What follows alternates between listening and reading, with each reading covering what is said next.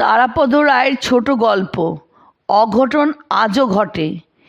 দুর্ঘটনা ব্যাপারটা আকস্মিক, বহু সাবধানতা সত্ত্বেও দুর্ঘটনা চিরদিনই ঘটে যায়। অসাবধানী ব্যক্তির জীবনে যেমন দুর্ঘটনা ঘটে, খুব সাবধানী ব্যক্তির ক্ষেত্রেও তা ঘটতে পারে। দুর্ঘটনার কোনো অঙ্ক নেই, তা কোনো হিসেবে আসে না।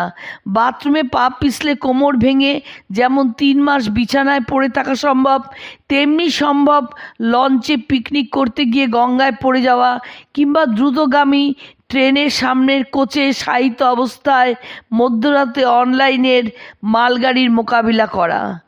তবু এরই মধ্যে তফাৎ আছে, দুর্ঘটনার রকমভেদ আছে।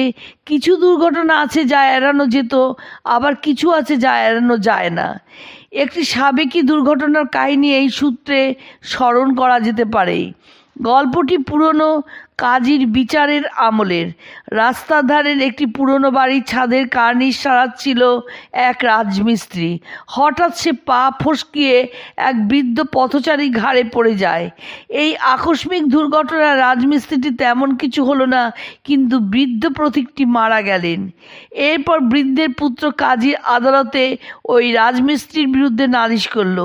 কাজী সব কিছু শুনে বিচার বিবেচনা করে রাজমিস্ত্রিকে নির্দোষ সাব্যস্ত করলেন, কিন্তু মৃত ব্যক্তির পুত্র এতে সন্তুষ্ট হলো না। সে জোরাজুরি করতে লাগলো যে ন্যায় বিচার হলো না, এই রাজমিস্ত্রি ঘাড়ে পড়ায় আমার বাবা মারা গেল, কিন্তু রাজমিস্ত্রির কোনো সাজা হলো না। এ কেমন বিচার হলো? লোকটি যখন নানা রকম ওজোর আপত্তি করতে লাগলো, কাজী তার আদেশ পাল্টাতে বাধ্য হলেন। তিনি পুনরাদেশ দিলেন যে বৃদ্ধ ব্যক্তিটি রাস্তা যেখান দিয়ে হেঁটে যাচ্ছিল, রাজমিস্ত্রি ঠিক সেখান দিয়ে হেঁটে যাবে, আর ছাদে যেখানে ওই রাজমিস্ত্রি মেরামত করছিল সেখান থেকে মৃত ব্যক্তির পুত্র অর্থাৎ অভিযোগকারী লাফ দিয়ে রাস্তায় রাজমিস্ত্রি ঘাড়ে পড়বে। বলা বাহুল্যের পরের ঘটনা জানা যায় না। বেশ কিছুকাল আগের কথা, দূর মফস্বলের এক সাপ্তাহিক পত্রে এই রোমহর্ষক সংবাদটি ছাপা হয়েছিল: দুর্ঘটনা হইতে রক্ষা। গত শনিবার মধ্যরাত্রে স্থানীয় বিখ্যাত ব্যবসায়ী শ্রীযুক্ত মহেন্দ্র পোদ্দার একটি সাংঘাতিক দুর্ঘটনা হইতে ভাগ্যক্রমে রক্ষা পাইয়াছেন। এই অঞ্চলে সমাজ বিরোধীদের উৎপাত বাড়িয়া যাওয়ায় পোদ্দার মহাশয় রাত্রিতে শোয়ার সময় মাথার নিচে পিস্তল লইয়া শয়ন করেন। শনিবার মধ্যরাত্রে কিসে যেন শব্দে ঘুম ভাঙিয়া পোদ্দার মহাশয় দেখিতে পান জানলার পাশে অন্ধকারে কে যেন দাঁড়াইয়া আছে।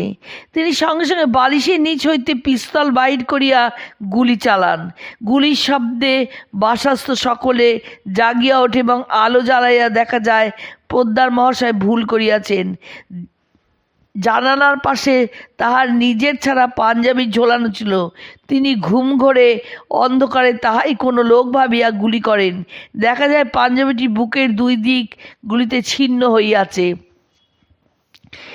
সবই ঈশ্বরের আশীর্বাদ। যদি গুলি চালানোর সময় পোদ্দার মহাশয়ের গায়ে পাঞ্জাবিটি থাকিত, তিনি অবশ্যই নিহত হইতেন।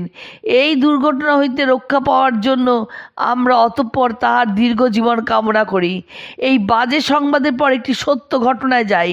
লন্ডন শহরের মেট্রো রেলে যখন প্রথম এসকেলেটর চালু হলো, যাত্রী সাধারণ কিছুতেই সেটা ব্যবহার করতে চাইতেন না।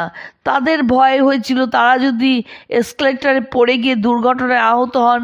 অবশেষে যাত্রীদের মন থেকে ভয় দূর করার জন্য মেট্রো কর্তৃপক্ষ এক খঞ্জ ব্যক্তিকে নিযুক্ত করলেন, যার কাজ হলো ক্রাঁচে ভর দিয়ে সর্বজনসমক্ষে এসকেলেটরে ওঠানামা করা। এতে কিন্তু হিতে বিপরীত হলো। ক্র্যাচে ভর করে খঞ্জ ব্যক্তির ওঠানামা দেখে যাত্রীদের এই ধারণা বদ্ধমূল হলো যে ওই লোকটি তার পা হারিয়ে খোঁড়া হয়েছে ওই এসকেলেটরে চড়তে গিয়েই। সুতরাং তারা এসকেলেটরকে আরও এড়িয়ে চললেন। তবে সব দুর্ঘটনাই যে ঘটে তা নয়। কিছুদিন আগে এক সকালে থিয়েটার রোডের মোড়ে দেখা গিয়েছিল এক ভদ্রলোক তার জামার কলার ছেঁড়া, কপাল ফাটা এবং মাথায় ব্যান্ডেজ রাস্তা থেকে একটি আদলা ইট কুড়িয়ে তাই দিয়ে নিজের গাড়ির হেডলাইট, কাঁচ এইসব ভাঙছেন, গাড়ির মাড গার্ড দুমড়িয়ে ফেলার চেষ্টা করছেন। কিছুক্ষণের মধ্যে চারপাশে কৌতূহলী জনতার ভিড় জমে গেল। সকলের ধারণা ভদ্রলোক উন্মাদ, না হলে নিজের গাড়ি কেউ এভাবে ভাঙে? ভাঙাচোরা শেষ করে কপালের ঘাম মুছে ভদ্রলোক বিস্মিত জনতাকে উদ্দেশ্য করে বললেন, না দাদারা, আমার মাথা খারাপ হয়নি। কাল রাত্রে মদ খেয়ে একটু মারামারি করেছিলুম। বাড়িতে বউকে ফোন করে বলেছিলাম গাড়ির অ্যাক্সিডেন্ট করেছি, তাই গাড়িটাকে ভেঙে বাড়ি নিয়ে যাচ্ছি। ঘটনাটা প্রমাণ করতে হবে তো।